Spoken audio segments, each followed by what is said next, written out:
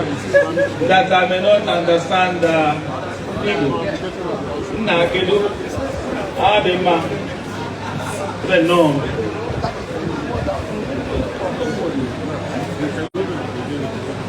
Let me also use this opportunity to welcome distinctively a son of the soil, the vice presidential candidate of Labour Party, distinguished Senator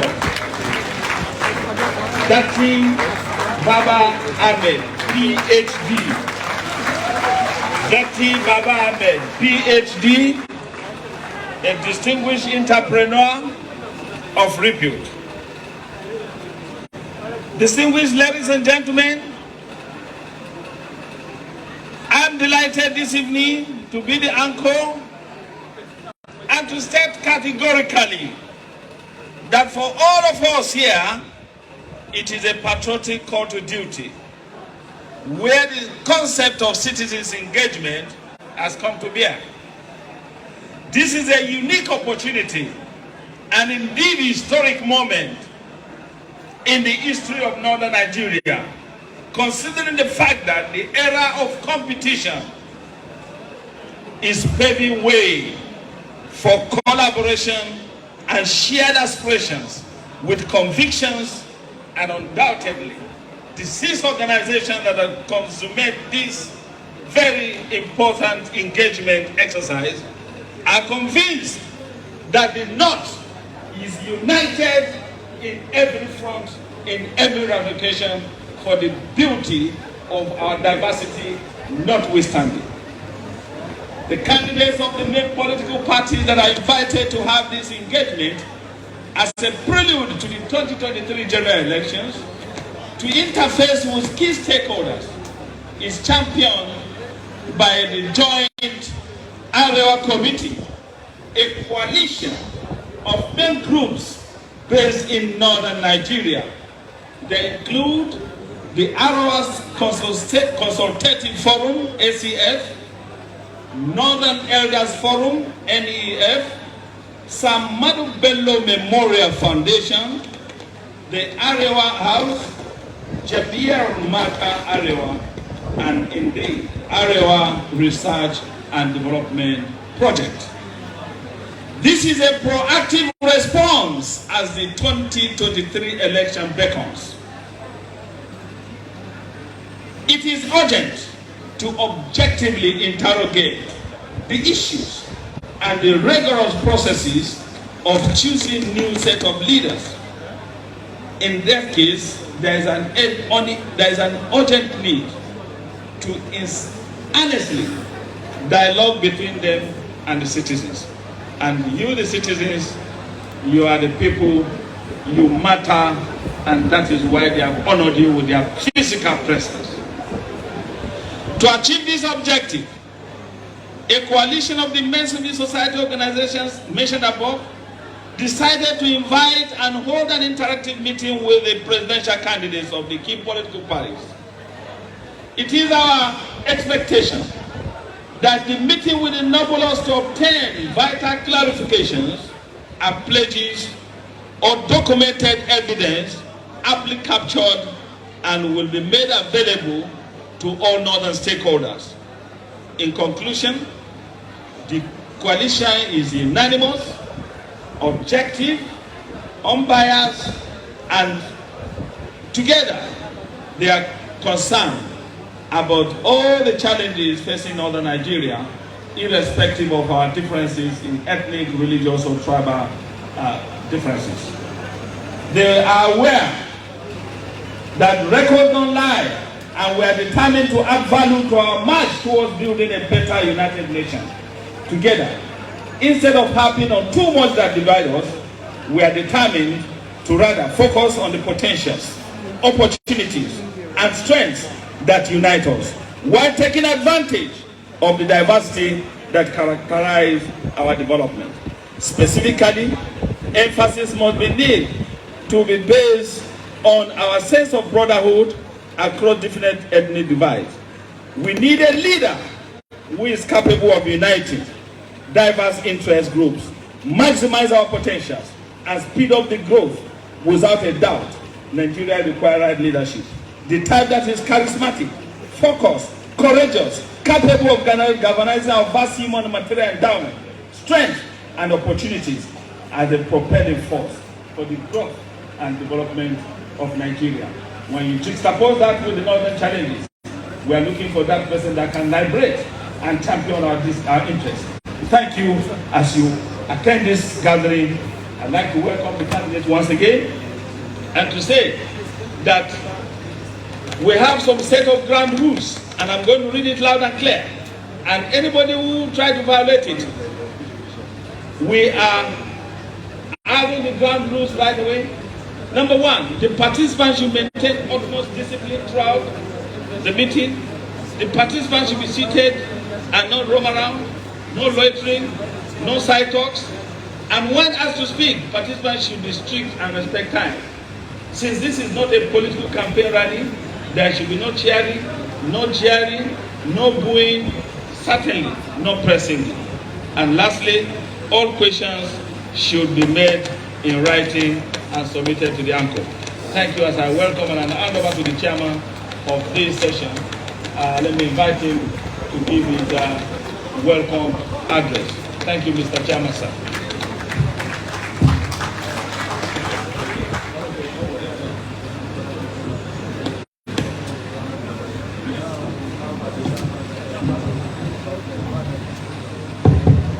أعوذ بالله من الشيطان الرجيم بسم الله الرحمن الرحيم الحمد لله رب العالمين وصلى الله على النبي الكريم. Your Excellency, Mr. Peter Obi,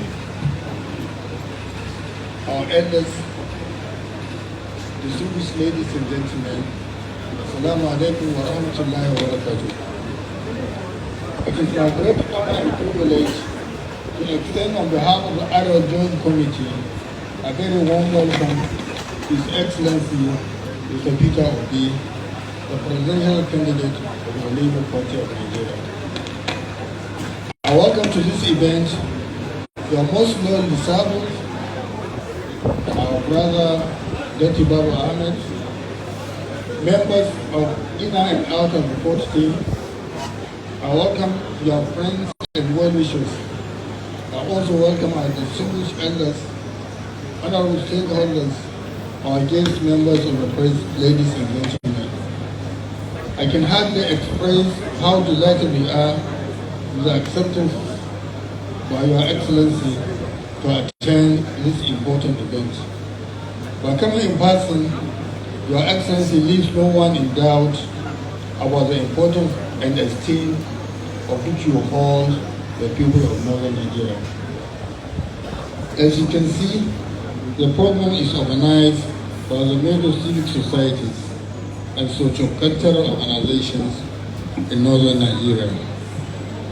They include the Arewa Consultative Forum, ACF, the Arewa House, the Ahmadu Bello Memorial Foundation, the Northern Elders Forum, the Jam'iyyar Matan Arewa, and the Arewa Research and Development Project, and the youth organizations in the North. These groups have their different and separate identities, structures, and operative cultures, but although different in many important respects, they are united in the vigorous pursuit of peace, progress, and development of Northern Nigeria within the context of Nigerian Federation.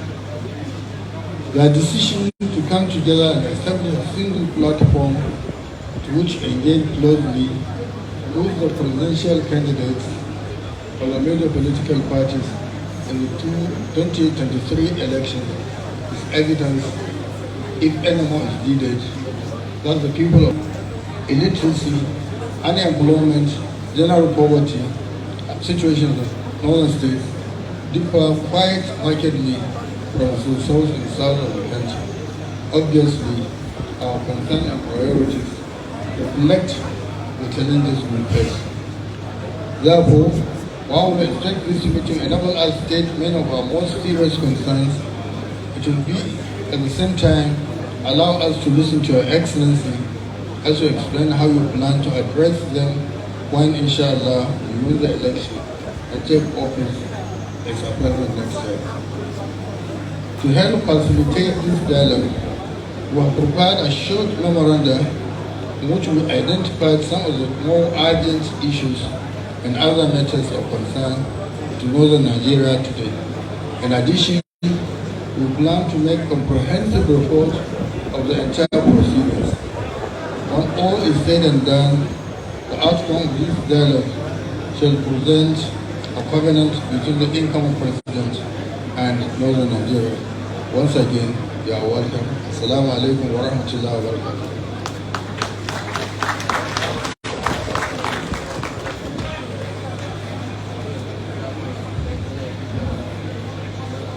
Thank you, our chairman. Let me have the honor to invite two of our elders who will represent the interests of all our other elders here seated and those that are not present here. Their respected voices will come to bear. Let me have the honor to invite Professor Ango Abdullahi, the chairman and convener of Northern Elders Forum.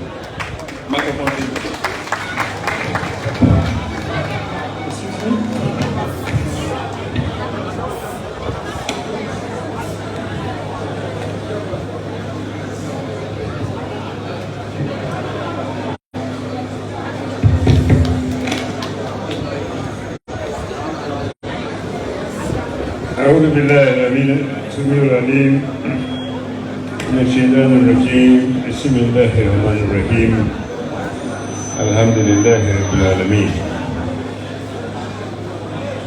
Let me briefly, for want of time, simply welcome our distinguished special guests, the presidential candidate of the Labour Party, Mr. Peter Obi, whom I have known for quite some time now. You are most welcome together with the entourage. And may I, on behalf of Northern Elders Forum, that have contributed towards the establishment of this platform, thank all those who have worked very, very hard to make sure that this forum comes together because of the important issue that is facing this country. There's no doubt that the country is being challenged in so many multifarious ways, and they've been yearning for a new direction for quite some time. We've been independent now for over 62 years, or about 62 years. But we have always hoped that Nigeria will be far ahead of where it is at the moment. And some of the issues that have always been blamed for this is poor leadership. And this is why over the years perhaps we have not done what we ought to be doing like we are doing now, to at any time interrogate, subject the people who are aspiring to be our leaders to be subjected, to be interrogated in terms of what they intend to do to help in the development of this country. So our presidential candidate, I join my other colleagues here in welcoming you here to share with us your views as well as our views in terms of the state of the nation today and what you expect through your leadership this country should be in years to come. So once again, we are very happy to have you here, and it's my pleasure welcome you on behalf of Northern Elders Forum and indeed on behalf of the platform. Thank you very much.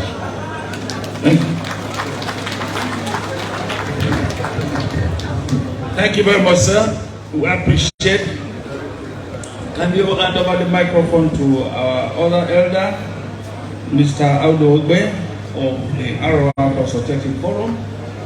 And will please, those at the back, don't disrupt these proceedings with your noise. Thank you. Your Excellency, sir. The chairman of this occasion,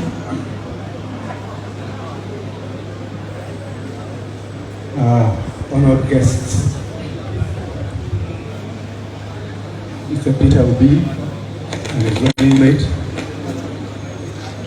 distinguished ladies and gentlemen, this is a rather unusual occasion put together by a group of persons and interests from the north, taking slightly different routes but heading in the same direction. You have heard Professor Angu Abdullahi speak. We need not repeat everything he said. But the whole point is this, that our nation is experiencing pretty bad weather. Our economic situation is very, very fragile. Our currency is dying at an alarming rate because some of us grew up when the naira was $1.50. $1.50 to 1 naira, and 1 naira to 1 pound sterling. Then suddenly we had reforms. One of them baptized the Structural Adjustment Program, 1986, and we began to auction our currency on a weekly basis. Now it's 740 naira to $1. If you become president of Nigeria, what can you do to give life to this currency?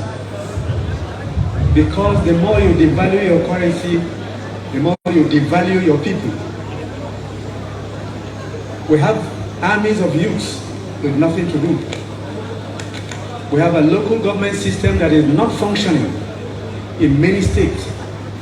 If you go to the local government area, you'll find nobody in the office until payday. And yet, allocations are sent to them every month. Averagely 200 million a month times 774.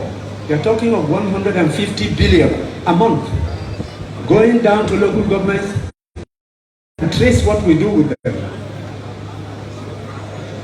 And young men and women are leaving their villages for the cities in search of life. And if they can't find life, they go into crime. And they kidnap, and they kill, and they do ritual sacrifice.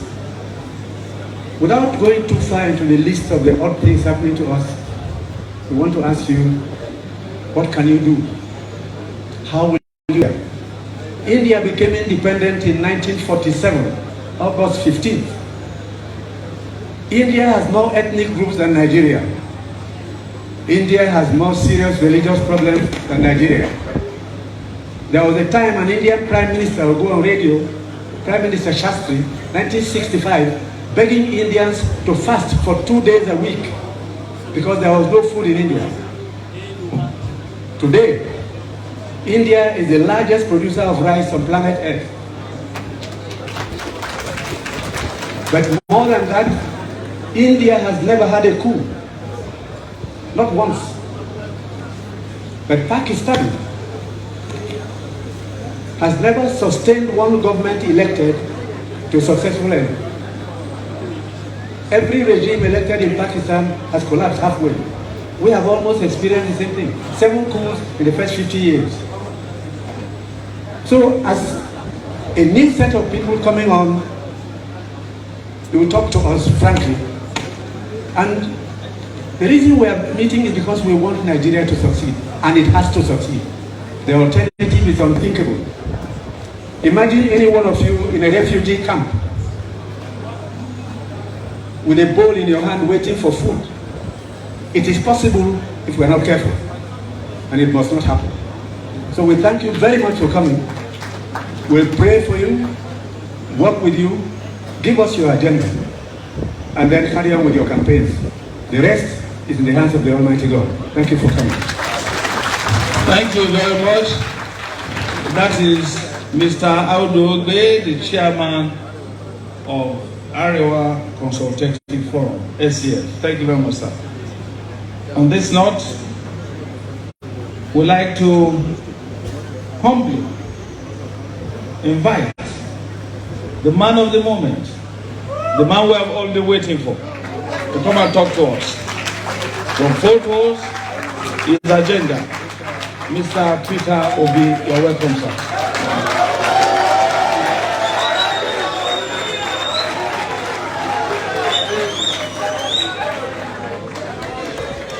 Somebody say I didn't introduce you. I said, do you need introduction?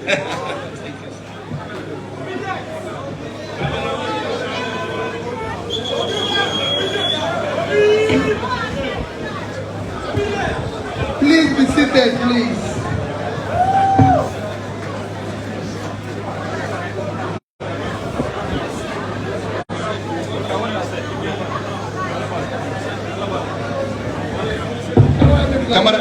Cameraman, please. Please. Yes, please. The chairman of this occasion and all the dignitaries that are here, let me very respectfully stand on all existing protocols as already have been mentioned by my dear brother.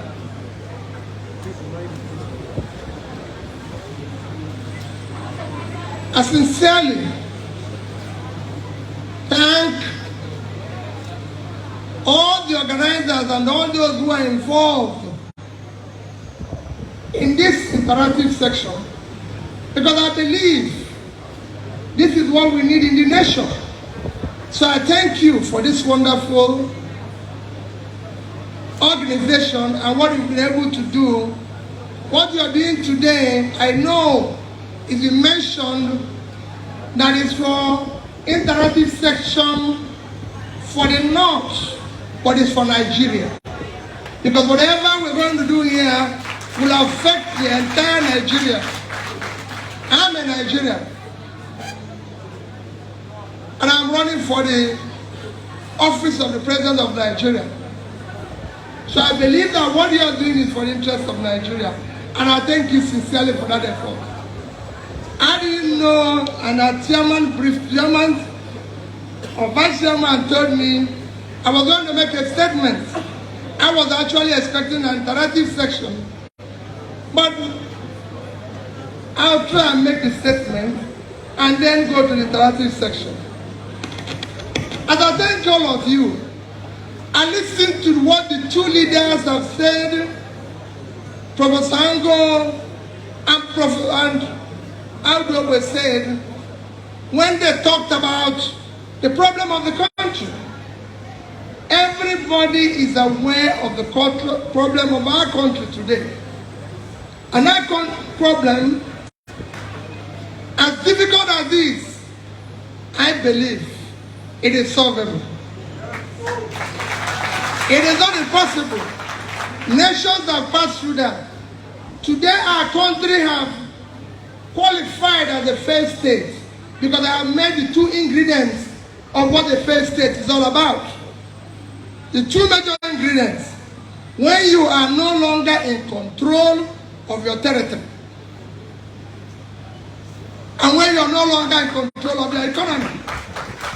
We are no longer in control of these two. So we've qualified for it. But and that has produced its own results. Because people ask me, how did we get here? What is happening here? I said, no country will not go through what we are going through today. If you have about 100 million people living in poverty, you are bound to have crisis. If you have 35% unemployment, in fact, we're very lucky for a nation of our size to have 35% unemployment. When you combine it with underemployment, it's about 60%, out of which 60% of those involved and your young ones in their productive age doing nothing with all the energy of the youth, and they don't have anywhere to exhibit or to do anything, you have a crisis. You have 20 out of school children. And coupled with this unemployment and youth unemployment, you have a higher drug prevalence. Drug prevalence in Nigeria today is 14.8%, when the global average is 5.8%. It's the highest anywhere. I can go on and telling you the problems of Nigeria, but most of them you know already. So they are not things that you want to hear any longer. What you want to hear is the solutions, because everybody knows the problem, everybody is suffering, everybody wants struggle. Nigeria is not bereft of ideas. Nigeria is not bereft of ideas or bereft of manifestos. There's very good reading manifestos. There's very good reading ideas in Nigeria. If you go where they are parked, they are built for them. What is lacking is the institutional weakness that is not allowed to deliver them, and the political way. The government we intend to form, I am Datti, without him, we do things differently. We want to bring a transformative government, purposeful government that will start dealing with the issues. And those issues are known and very clear. The issue of security, which will be decisive. The issues of unity, which will be decisive. The issues of our economy, because it is critical.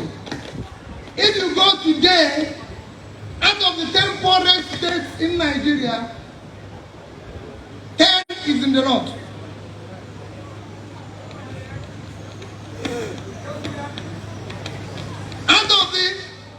Out of school children, it is in the north that we have the highest out of school children in the global earth, northern Nigeria. In terms of school kidnapping, it is the highest in the whole world. But when you look at what is happening globally today, the greatest need of the world, the greatest assets, the greatest need of the world today is food. The greatest asset of Nigeria today is in the north. I know people have come here to tell you, or will tell you in the future about oil. Oil is an expiring and a diminishing asset. I know people will tell you about other natural resources.